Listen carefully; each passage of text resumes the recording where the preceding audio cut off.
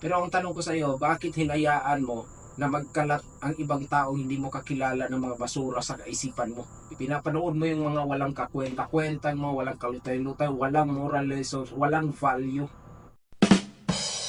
Ang pinupunto ko lang, i-remind lang kita na sa kakapanood mo ng ganyan, unconsciously, nagiging totoo na ito sa subconscious mind mo at ina-attract mo na ito para mangyari sa iyo mismo.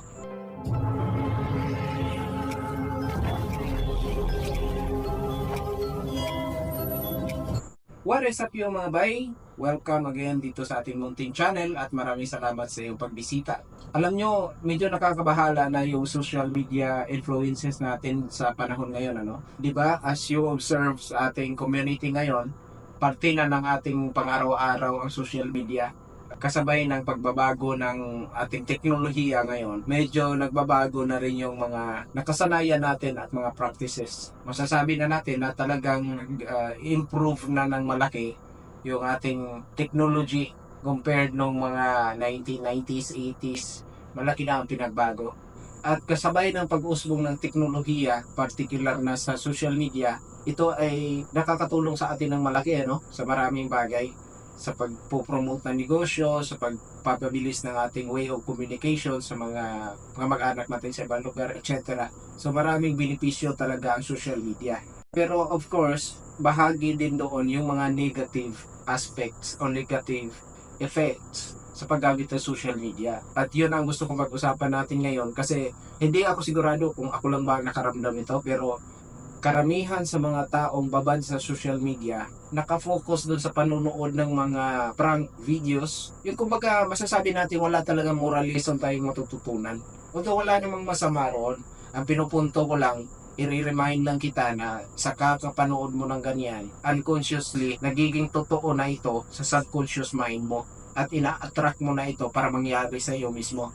Remember na ang subconscious mind natin walang kakayahang mag-differentiate between reality and fantasy. Kaya kung ano mang mga informations ang na-feed mo doon sa iyong subconscious mind, yun yung paniniwalaan niyang tama at yun yung paniniwalaan niyang reality. Kasi pansin nyo, kahit kayo naman siguro na naobserbahan nyo rin, kapag ka yung mga video na just for fun o yung nakakatawa o yung mga prank videos, ang laki talaga ng margin when it comes to views at saka yung engagement. Yung mga video naman na video informative, boring eh. Kumbaga boring panoorin. Pero yun yung mga video na mayroon ka dapat matututunan na value. Mayroon kang matututunan na lessons. Pero hindi gaanong pinapanood yung mga ganong klaseng contents, ganong klaseng video. Kasi nga, karamihan naman sa nandito sa social media, hindi naman yan para mag-aral. Hindi, gusto lang maglibang sa social media. Gustong tumingin ng mga nakakatawang mga video contents. Kaya lang, yun nga, ang sinasabi ko nga kanina, paano kung ma-absorb na ito ng iyong subconscious mind. Kasi kakapanood mo ng prank na yan, magtataka ka na lang, ang buhay mo ay nagiging prank na. Kumbaga, akala mo magsasucceed ka sa ganitong larangan, pero it's a prank lang pala. Kasi yun ang nagiging reality dahil yun ang finifeed mo sa iyong subconscious mind. Ngayon bigyan kita ng analogy. Halimbawa, hindi tayo magkakakilala, no? Tapos napunta ako ngayon bigla sa bahay nyo. Pagdating ko, kakatapos mo lang maglinis, mag-mop ng sahig, magwalis, at malinis na ang buong bahay. Tapos kapag nasa loob na ako ng bahay, makakita ako ng trash can, halimbawa, na punong-puno ng basura. Idadamputin ko yan at ikakalat ko sa sahig. Kakalinis mo lang, kakamap mo lang, winawax mo pa. Anong mararamdaman mo? Magagalit ka, syempre, hindi nga kita kilala eh. Hindi mo nga ako kilala, tapos basta ka na lang dumating dito sa bahay, tapos magkakalat ka ng basura dyan, kakalinis ko lang. Magagalit ka, syempre. Pero ang tanong ko sa iyo, bakit hinayaan mo na magkalat ang ibang taong hindi mo kakilala ng mga basura sa kaisipan mo? Pinapanood mo yung mga walang kakwenta-kwentan mo, walang kalutay-lutay, walang moral lessons, walang value. Pero hinayaan mo sila na maka-impluensya sa'yo. Ibig sabihin pala nun, mas importante sa iyo yung physical appearance kaysa sa pag-iisip mo. Kasi hinayaan mo yung mga basura na papasok sa isip mo. Kaya siguro sinasabi mo, grabe naman ito.